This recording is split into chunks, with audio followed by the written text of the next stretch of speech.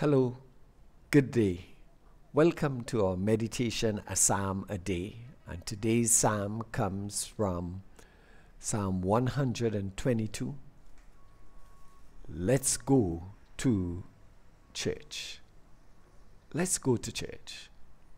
Psalm 122. I am the Reverend Ronald Nathan, and I'm the pastor of the Whole God AME Zion Church, which is located in Jackson in St. Michael on the island of Barbados. So, let's go to church. When last did you invite someone to come along with you to church? Oh yes, I know that we live in unusual times. So much has changed in our world with the advent of the COVID-19 pandemic. So let me qualify what I have said. Let's go to church, be that physically or virtually. In Psalms 122, the writer whose task it is to write these songs of ascent, which would be sung by millions as they travel to Jerusalem to praise and worship God.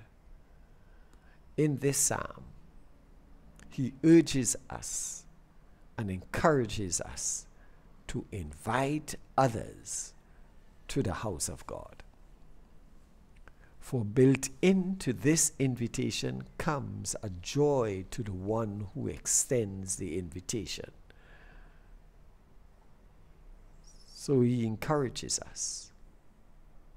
We would receive joy as we invite others to go to church. The house of God is a place where God is identified. The writer is indeed familiar with the fact that God is present in every country, in mountain, valley, city, hamlet, seaside, interior. However, he does also recognize that there is a place and a space for locating God in our own locality. It is an invitation to place God in your local context. Now, what does that look like? It looks like you, yes. Yes, believe it or not, God is desirous to enter into a dialogue with you about your life. Furthermore, God is concerned about your successes, your failures, your joys, your hurts, your fears, your cries, your laughter. All of these are known to God and of interest to God. So let us be excited by the invitation to bring God or to identify God in our context. The writer expresses joy at having received the invitation to come into the house of God. There is an opportunity to stand in God's presence. When you come to church, when you come to the house of God, there is an opportunity to stand in God's presence. I know that that can be a humbling and sometimes frightening experience because of how we as human beings learn and process what we think of God, what we think we know about God. Our eyes can be opened to a new way of relating and experiencing the divine within our humanity. Let's go to church. Let's go and discover God working in us. And let us also discover us being able to be involved in the work of God. Going into the house of the Lord also offers an opportunity to give thanks to the Lord. Thankfulness is absolutely necessary in our relationship with God. In the 4th verse of this Psalms 122, That is where the tribes go up, the tribes of the Lord, to praise the name of the Lord according to the statute given to Israel. Going into the house of the Lord allows us to praise and give thanks to God. It actually is in obedience to God's word, his statutes. And so when we attend church, we are obeying God. Going into the house of the Lord also allows us to pray for the rulership of the land in which we live in. Be it the governor general or president, be it the prime minister, we can pray for our land. But in particular, pray for those who are leading our land, because God is interested in the governance under which we live. The House of Representatives and the Senate needs our prayers.